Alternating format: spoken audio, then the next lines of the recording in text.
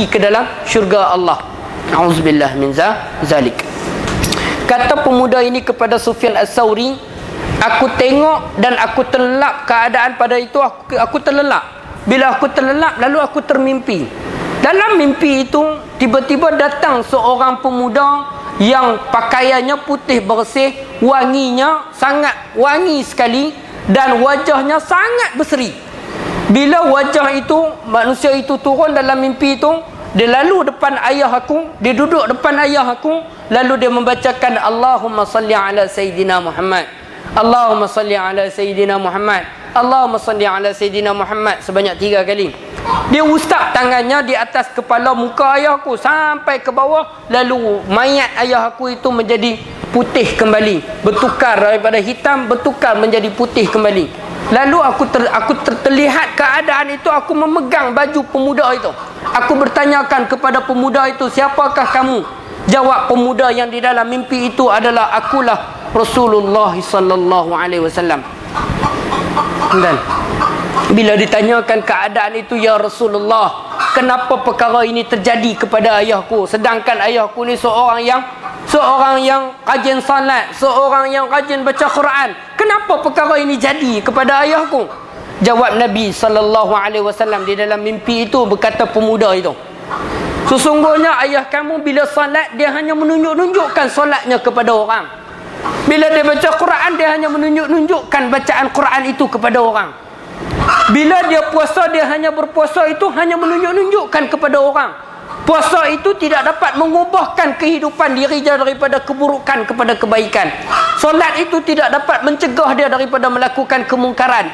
Solat itu tidak menjadikan satu definisi yang sangat kuat di dalam Al-Quran, yang Allah mengatakan, alam ya'ni lillazina amanu an takhsha'a qulubuhum li zikrillah.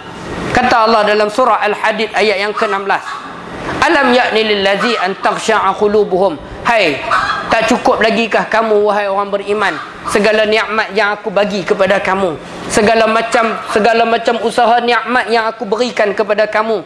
Kamu boleh hidupkan rumah Allah, kamu boleh hidupkan nama-nama Allah, kamu boleh hidupkan jalan Nabi SAW.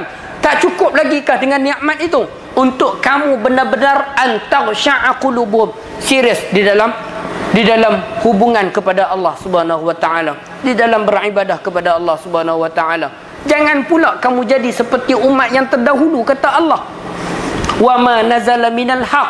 Mereka ini diturunkan kepada mereka Alkitab, diturunkan Al-Quran kepada mereka, tetapi mereka tidak menggunakan Al-Quran itu sebagai panduan, sebagai jalan kehidupan. Lalu Allah sesatkan mereka, wa katsirum minhum fasiqun, dan ramai daripada golongan mereka dah diturunkan Al-Quran, dah diturunkan Alkitab, tetapi tidak menggunakan Alkitab itu sebagai panduan, dan wa katsirum minhum fasiqun, ramai dalam kalangan mereka berada dalam kalangan fasik.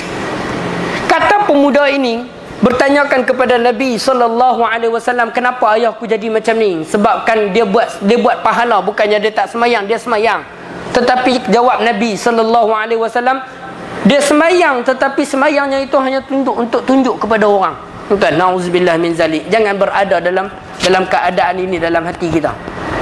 Jangan duk cerita ke orang, semalam aku makit tahajud, hari ni aku semayang duha. Itu menyebabkan timbulnya perasaan riak dalam diri kita.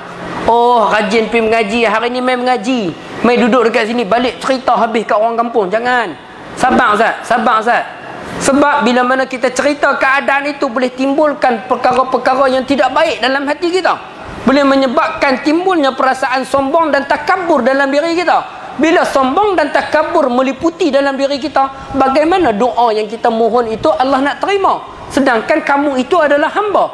Bila hamba, kamu jangan sombong, kamu jangan takabur, buang sifat itu.